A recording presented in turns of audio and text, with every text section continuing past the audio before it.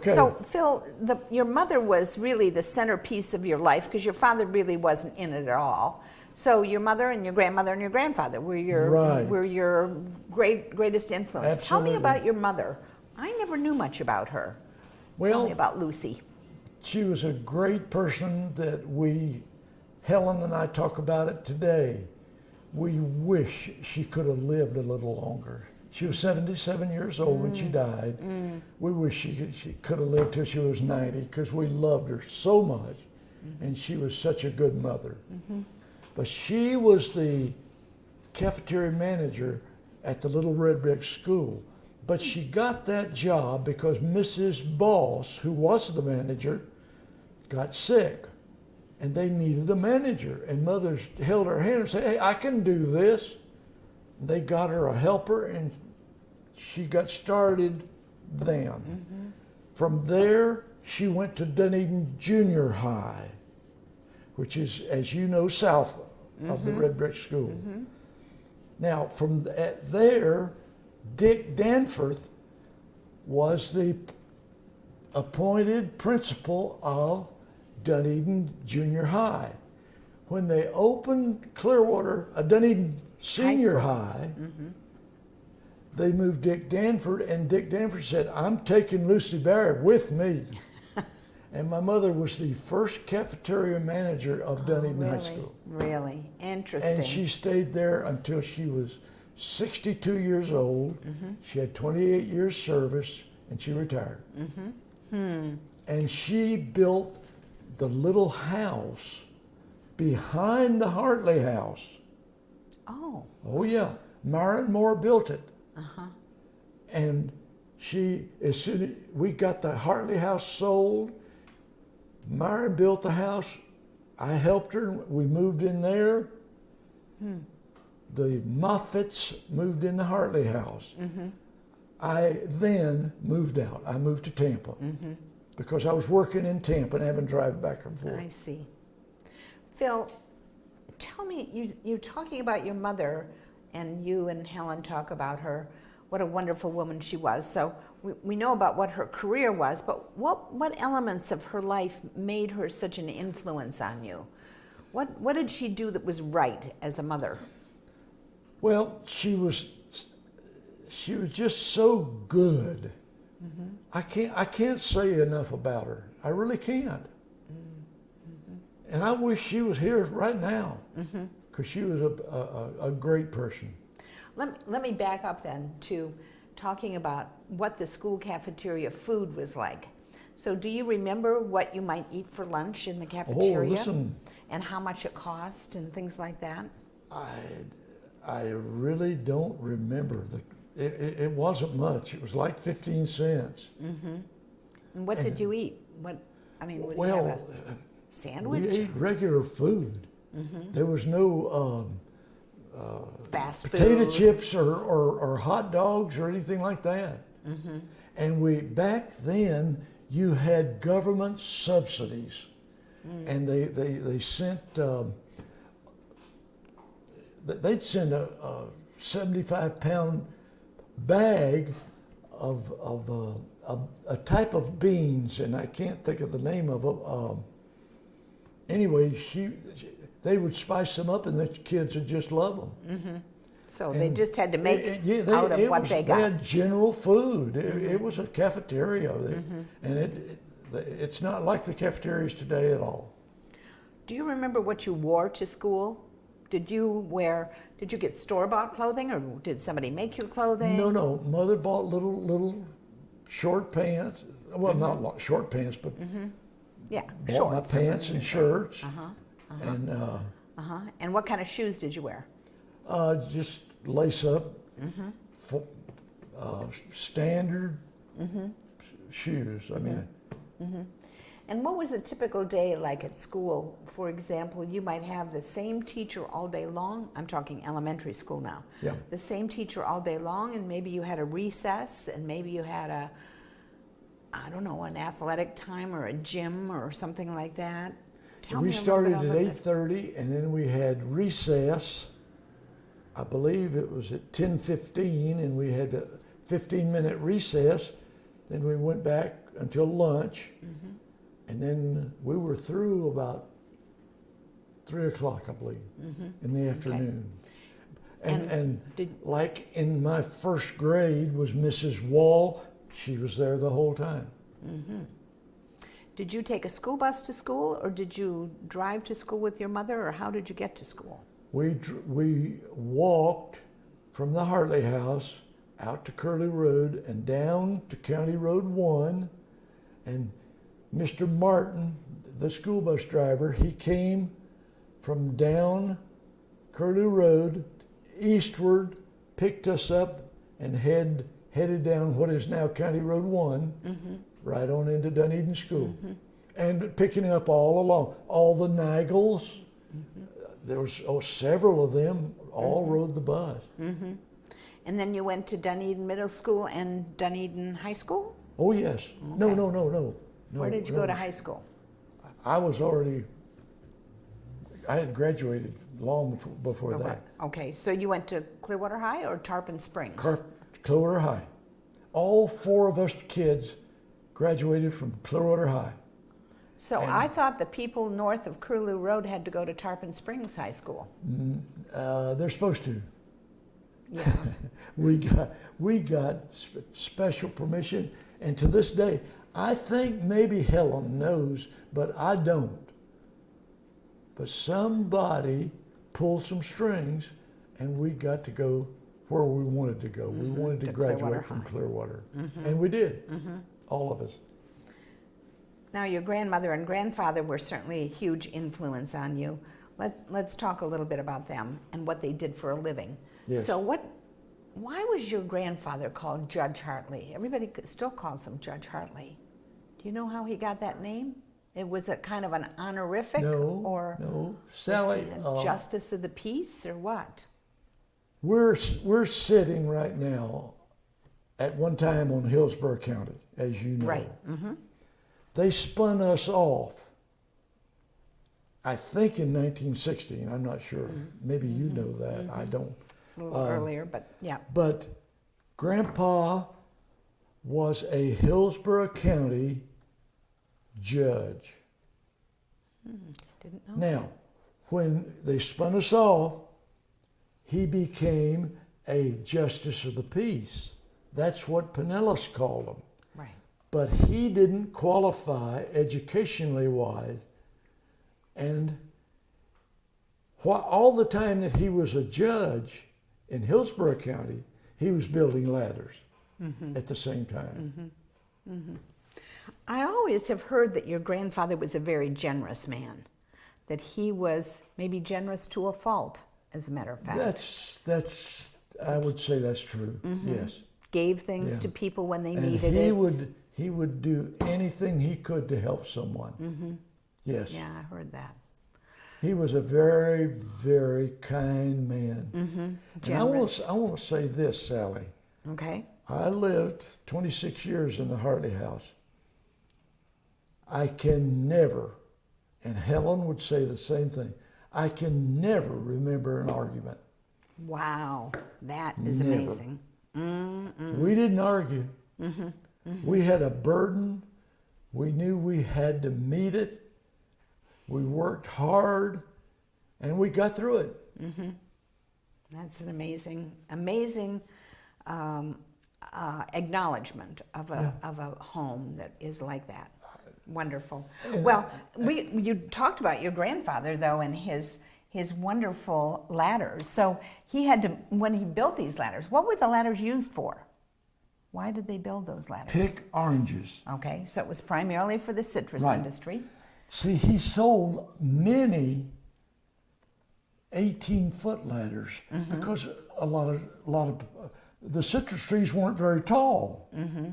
But then the Seavers, and there were three brothers. Ira was one of them, but he sold them long ladders. He sold them for 40, 42, 44-foot ladders. Wow. Because they had some seedling trees that they let just grow as tall as they'd grow. And they'd be just loaded with oranges, and they'd get Grandpa's ladder and pick every one of them. And those seedling oranges are so delicious, aren't Oh, they? they Oh, were I love them. But you know, one of the things that we've noticed on here is that it appears that this says Bradenton, Florida, which means that maybe that truck came up to pick up the ladders at your grandfather's house. Absolutely. And was going back to Bradenton to take them back to the orange groves there. Absolutely. So how far, I mean, they couldn't travel the Sunshine Skyway, could they? No. This was about 1920. Okay. So there was no Skyway. I say 1920 because I found out, and I don't even remember where, but I remember that I found out that there were some trucks starting to be on the road in 1920. And I know that my grandfather got a Model A truck, a used one, he found it, and he was able to take it and go into where East Lake Woodlands is and go to those cypress ponds and go in and cut 2, 3, 4 straight poles. And people say that Judge Hartley was the best judge of a straight pole that ever lived. Now, I don't know whether that was true or not, but I know this. He went, and there's cypress ponds for miles. And he had the free, and I know this, Jesse Boyd only charged him 25 cents a pole. Oh my. That's it. So the cypress poles were the vertical poles, is that right? Right. And then what were the horizontal rungs in the ladder? What kind of wood All was right, that? now- Do you now- know?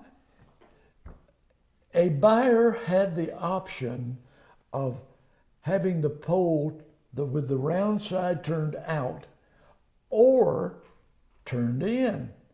Because if it's flat, where the saw cut it in half, if it's flat, then if they broke it, they could just put a board on there, nail it, and away they go. Well, that's a good point. I never thought of And that. he made quite a few with flat sides, but most of them had round sides. So tell me about your grandfather's mules. Well, Mules are such a wonderful... Kate was his favorite. Uh-huh. She was 6 years old and very smart, and she loved Grandpa. And she did because for a reason. He ordered from Tampa feed for the 2 mules. And it was good feed. Because you could get good feed in those days at not a terribly high price. Well, he fed those mules, and I'm telling you, they were fat and strong and in good condition. Now, I never got a chance to see them. I wasn't born until 35, and they were gone in about 25. But Uncle Orion, he told me, he said, boy, he said, Kate and Jenny, that was their names. He said they loved Grandpa because he fed them good. And, So an almost tragedy happened one time that was related to a storm, was it? yes, it was a tornado. It came off the Gulf from the northwest and just dropped down, and the wind was terrible because they all talked about the terrible wind. 4 oak trees fell, and somehow Kate got underneath them. Well, Grandpa couldn't get them out, so he called all his neighbors, and here they came with crosscut saws, and they sawed and and the last oak log that they cut and lifted off of Kate, she popped right up and walked out. It was amazing. And there was Jenny standing there waiting for her because they were very close friends. They were a real pair. Just like a pair. And Grandpa said that all he had to do was just put a little oil on Skinny on Oh the no, skin of Kate's Kate. scratches. Amazing. It is amazing. Amazing. Now, That we're going back that to. was one of the logs that they cut off Kate. Oh my goodness! Wow. They drug it up in the yard for the kids to play on. Oh, for goodness sake! So, who are the people in this picture? Mother, Lucy Berry, Lucy. Clarine Pulaski. She was Clarine Hartley. All these are Hartleys. Of course. Now that's Leonard Hartley Leonard. and Orion Hartley. He's sitting in a. If it was a little further down, we'd have a picture of a what we took a bath in. Little tub or something. Yeah. Bucket. Foot tub. Oh, okay. The That's foot what tub. that's what we call it. Right. So your mother was the eldest of the children. Yes. Of the Hartley children. Right. Right. And Leonard kind of disappeared from the family after he had a little incident with your grandfather, right? That's true. Very true. So he left town never to really be engaged in the family again. I remember him coming back and coming to the Hartley house one time. And I know he didn't come any more than that because even if I wasn't there, I'd hear about it. Right. So Orion and your mother and Clarine all lived nearby. Oh, yes. I mean, even as yeah. grown-ups. Yes. They And lived Uncle around. Orion never did live very far away. Right. He married Virginia Herndon, whose father was a Baptist preacher. And Aunt Virginia lived to be 96, and she died 2 years ago. That was Orion's wife. Right. I don't want to keep jumping around, but I want to get back to your grandmother because she seemed to me to be a remarkable woman. One of the things that she had to do, of course, was to keep the house and do all the cooking. And if your mother was working and your children were around and then finally left home and what have you, she still had responsibilities. And in those days, washing clothes wasn't just throwing them in a washer and a dryer, was it? No.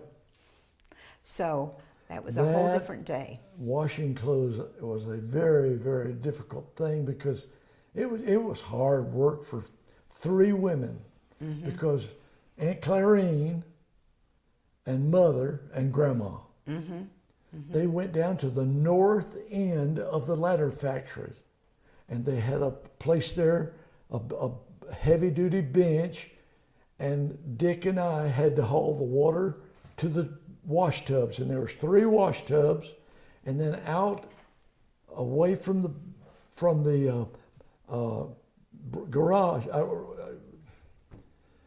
The ladder factory? away from the ladder factory was a cast iron large wash pod. They boiled Grandpa's overalls because he got them so dirty. They just doing this wouldn't clean them. What kind of soap did they use? Do you remember? No, other than the fact that Mother bought it in Dunedin from Mr. Percival, who had a grocery store, and he had some heavy duty soap. Right. And Right. And then, of course, they had to hang the clothes out to dry, right? we had probably 15 wires. Clotheslines to hang Yeah, them up. because all the way from me through Grandpa went on that thing every Saturday morning early. Okay, that's what I was going to ask you. A All lot right, of now at Saturday morning early, as soon as Mother finished all that, she had to go up and get in the car and go buy groceries. She'd get back home at 4 in the afternoon on Saturday, and she had to go in and cook supper with Grandma. Now, Grandma and Mother together cooked all the time. They worked together and planned together, and boy, they could make the best chicken and rice and chicken and dumplings and beef stew. Oh, you can't imagine. I'm sure I can. We ate well, I can tell you that, Sally. There's been stories that your grandmother had helped out with the family expenses and what have you by making jam and selling that. Yes, Is that true? She's got in contact with one of the elder coachman ladies. Now, the reason I say elder, I was just about that tall, and she came to pick up the guava jelly, and she was old. So that was a long time ago. But now, there is a story behind this. Wait, now she picked up the guava jelly at your grandmother's house? At Grandma's house. Oh, okay. Because she'd call her and tell her, look, come, I've got 105 pint jars. They had to be in pint jars. Oh my gosh. And I helped them load, get it in this Mrs. Coachman's car. Then she paid Grandma. And I have no idea what the fee was. But Old Coachman Road goes over the railroad tracks. Right. Now, in the southeast corner, there was I don't know what you would call it. It was, anyway. Kind of like a log cabin, wasn't it? Yes. That's what it I would looked like call it. It looked like a large log cabin. I know that place, yes. All right. That's where the jelly went. But a lot of people don't know this, but a train stopped there, and she sold that guava jelly to the guy that did the cooking on the train, and that's where she made extra money. So where were were the guavas on the property? Everywhere. Everywhere. Really? You hardly ever see guavas around. Down in west of the shop. There was guava trees just taller than my head. And I constantly, that was one of my jobs. Grandma said, go check the guavas. And I'd go, and we had red ones, mostly white, but she somehow made it, and her guava jelly was absolutely delicious. And that's why that lady, the coachman lady, wanted hers. I have to tell you that in honor of your grandmother, I have guava jelly in my refrigerator all the time. Not her guava jelly, but Florida raised guava jelly. I love guava. Isn't I it do good? too. It is. There's something wonderfully, because it has a little bit of a citrus flavor, but it's not so sweet as a lot of jams and jellies are. I think it's delicious. Right. And my friend makes guava turnovers too, with guava and cream cheese. Oh boy, are those good. Guava marmalade. Oh, I've never had that. Grandma, oh gosh, they're that good.